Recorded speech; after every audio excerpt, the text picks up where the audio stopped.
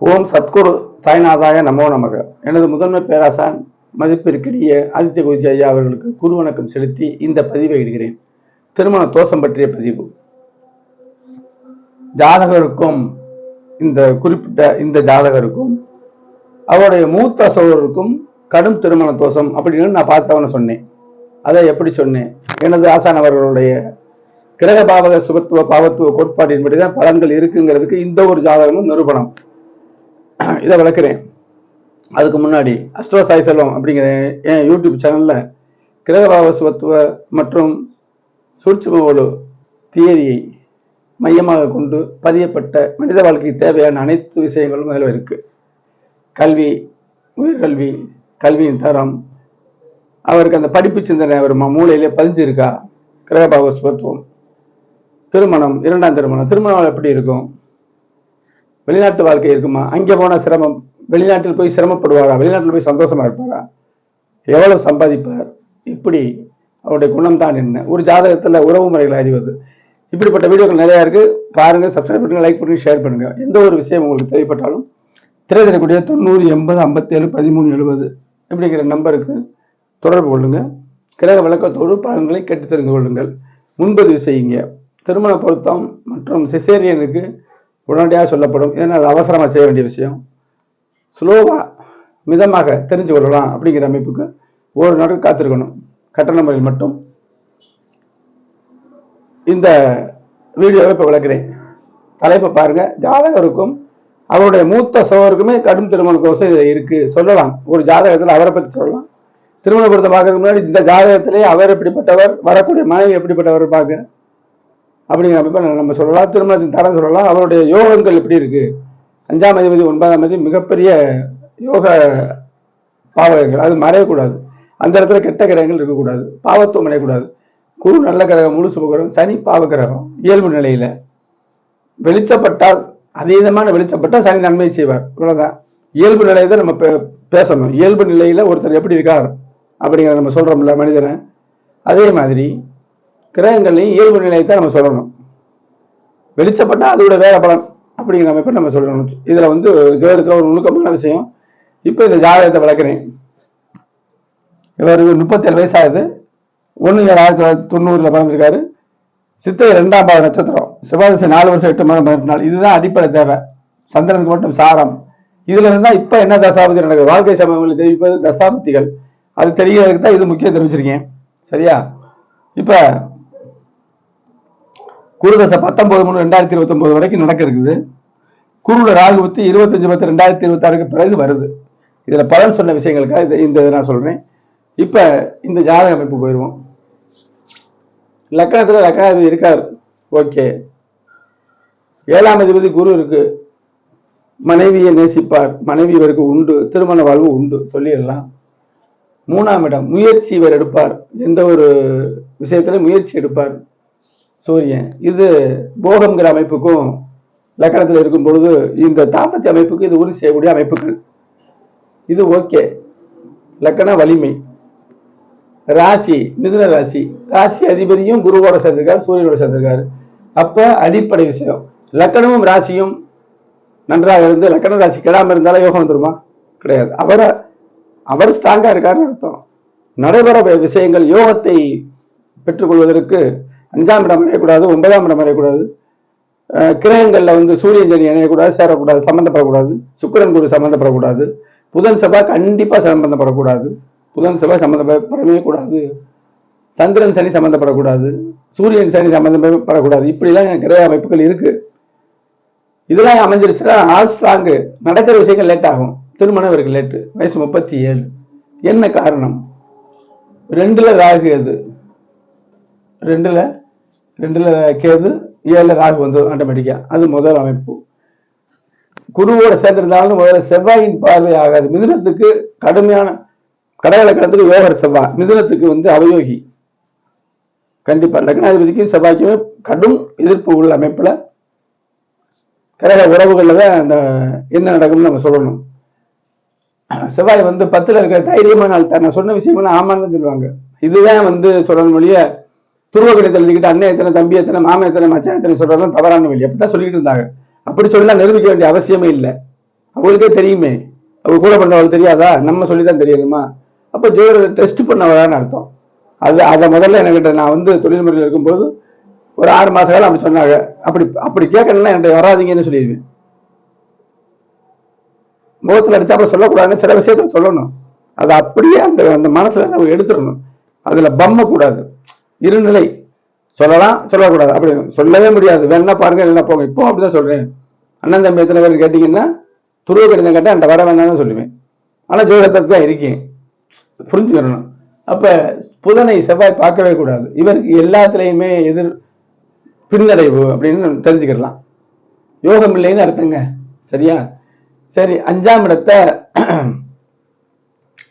குருவும், குருவுடைய பார்வை புதனோடு சேர்ந்த குரு பார்க்கிறாரு. செவ்வாயோடு பார்த்த குருன்னு நம்ம கணக்கு எடுத்துக்கிறோம். புதன் இருக்குல்ல, அப்ப ஒவ்வொரு கிரகங்கள் என்னென்ன கிரகம் சேர்ந்திருக்கு, என்னென்ன கிரகம் பார்க்குது, தொடர்பு கொள்றது, சுபத்துவ பாவத்தின் அளவீடுகள். குழந்தை அமைப்பை குரு பார்க்குதுங்க. பார்த்தாலும் செவ்வாயுடைய 8ஆம் பார்வை இங்க விழுகும். அது ஒண்ணு. சரி, இந்த இடம் சுக்கிரனுடைய இடம் தானே, 12ல போயிட்டாரு. ஆட்சி தான் 12 மாதிரி கூட முதல்ல ஊரை பின்னடைவு, அப்புறம் தான் சுபத்துவம். தோஷத்தை நல்லா கேளுங்க. 2ல ராகு கேது வந்துருச்சு, கேது ராகு. அது ஒண்ணு. லக்னாதிபதி நல்லா தான் இருக்காரு, செவ்வாய் பார்க்கக்கூடாது. 5ஆம் இடம் 12ல போயிருச்சு, 5க்கு 6ல நம்ம சொல்றது.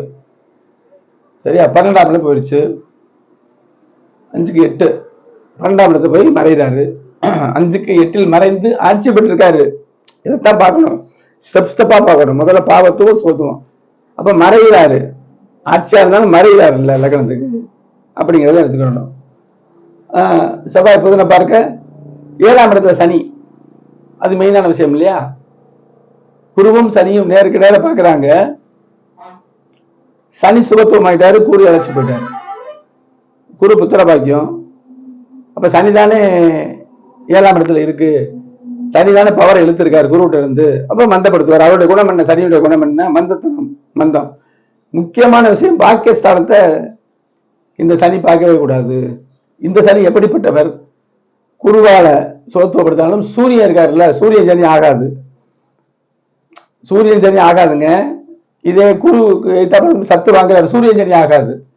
சூரியனோடு சேர்ந்த சனி சுபத்துவ வீட்டுல இருக்காரு, செவ்வாய் தொடர்பு சனிட்ட. அப்ப அந்த ஒரு கிரகத்துடைய அந்த அமைப்புகளை பாருங்க. கடுமையான சனி செவ்வாய் சேர்ந்தா கடும் தோஷம், சுபத்தன்மையான வீட்டுல இருந்தால் சிறிது தோஷம். சூரியன் சம்பந்தம், சூரியனுக்கு சுபத்தன்மையா இருக்காரு, இங்க சனி. அப்ப மெல்லம் அடிக்கிறாருன்னு அர்த்தம். சரி, சனி மட்டும் இப்படி கல்யாணம் ஆயிடும். மற்ற பாவங்கள் இருக்குல்ல, 2ஆம் இடம்லாம் இருக்குல்ல, எல்லாத்தையும் சேர்க்கணும். அப்ப சுபத்துவ பாவத்தின் படிநிலை அப்படியே கூட்டணும். ஒரு ஜாதகத்தை பார்த்தவொடனே சுபத்துவமான அமைப்பு அவர்கிட்ட இருக்கா, எல்லாரும் சேர்த்துக்கும். லக்கணம் வலிமையற்று இருந்தால் கூட, வலிமை இருந்தால் கூட சுபத்தன்மை கூட இருக்கா, டோட்டலா எல்லா பாவத்தையும் சேர்த்து சுபத்தன்மை ஒரு மார்க் போடுவோம்ல, பாவத்தன்மை கூட இருக்கா. பாவத்தன்மை கொஞ்சம் கம்மியா இருந்தா அவர் எப்படி தேடிடுவார், கஷ்டமே பட மாட்டாரு. பாவத்தன்மை கூடி சுபத்தன்மை கம்மியா இருந்தா கஷ்டப்பட்டு தான் ஒரு பாதி வாழ்வுக்கு பிறகு நல்லா இருப்பாரு. வயசு வந்துருச்சுல, 37, கல்யாணம் ஆகல இல்ல, பார்த்தோன்னு சொன்ன விஷயம் தான் அது. அதிர்ஷ்ட ஸ்தானத்தை சனி பார்க்கிறாரு. லக்னத்துக்கு நல்லவர் தான், சனி சனிதான். இப்ப சனியை வந்து தூக்கி பிடிக்கிறவருக்கு சொல்றாங்களே, ஆதிபத்தியம் காரகத்துவம் இருக்கு. காரகத்துவத்தை மறந்துறாங்க. சனியோட காரகத்துவம் என்ன? மந்தம், பொய் சொல்லல், புறஞ்சொல்லுதல், முதுகுல குத்துறது, சோம்பேறித்தனம், எம்புட்டு இருக்கு தெரியுமா? சுபத்தன்மை அடைஞ்சிட்டாரா இவற்றை சுயநலமே இல்லைன்னு லக்கணத்தை சனி பார்க்குது. ஏன் சொன்னேன்? குரு பார்க்கிறாருல்ல, சுபத்தன்மை அடைந்ததுனால் அவருக்கு அந்த சனியின் குணம் சுத்தமாவே இல்லை, ஆன்மீக எண்ணம் தான் இருக்கு. இப்படி ஒரு ஜாதகத்தை சொல்லிக்கிட்டே போகலாம். இந்த திருமண தோஷத்தை மட்டும் நம்ம சொல்லிட்டு, இந்த ஜாதக திருமண தோஷங்கள் ஓகேங்க. 9ஆம் இடத்தை பார்க்கிறாரு. சரி, தோஷத்துக்கு குரு பார்க்கிறாரு, புண்ணுக்கு மருந்து மறுபடி. 5ஆம் இடத்தை செவ்வாய் பார்க்கிறாரு, புண்ணுக்கு மருந்து மறுபடி. சுக்கிரன் 12 இருக்கும்போது தோஷம் முடிஞ்சவொடனே அந்த மறைவு மறைஞ்சிரும். இங்க வந்துட மாட்டார் உச்சமா. அந்த 12ஆம் இடத்தினுடைய ஆட்சியுடைய பவரை செய்வார். இருட்டுக்கு பின் வெளிச்சம் எடுத்துக்கணும். இது இவருடைய ஜாதக அமைப்புங்க. சரி, இதே ஜாதகத்தில் அண்ணனுக்கு எப்படி சொன்னேன்? அற்புதமா சொல்லலாம். அண்ணனுக்கு பார்க்க என்ன? 3ஆம் இடம், 3ஆம் இடத்தின் அதிபதி, 3ஆம் இடத்துக்கு கிடைக்கக்கூடிய சுபத்துவ பகவத்துவம், 11ஆம் இடம், 11ஆம் இடம் அதிபதி, அவருக்கு கிடைக்கக்கூடிய சுபத்துவ பகவத்துவம் வச்சு சொன்னா அழகா வந்துருமே. பாருங்க, லக்னத்துக்கு 3ஆம் இடம், இளைய சகோதரருக்கு இல்ல, சூரியன் சனியோட சேர்ந்துட்டாரு. சரி, குரு பார்க்கிறாரு, இன்னொரு சகோதரர் இருக்குன்னு அர்த்தம். நல்லா கவனிங்க. மூத்த சகோதரருக்கு 3 மற்றும் 11, மூத்த சகோதரருக்கு 3 மற்றும் 11 செவ்வாய் நிலை. இளைய சகோதரத்துக்கு 3 செவ்வாய், 3ஆம் இடமும் செவ்வாய் நிலையும்.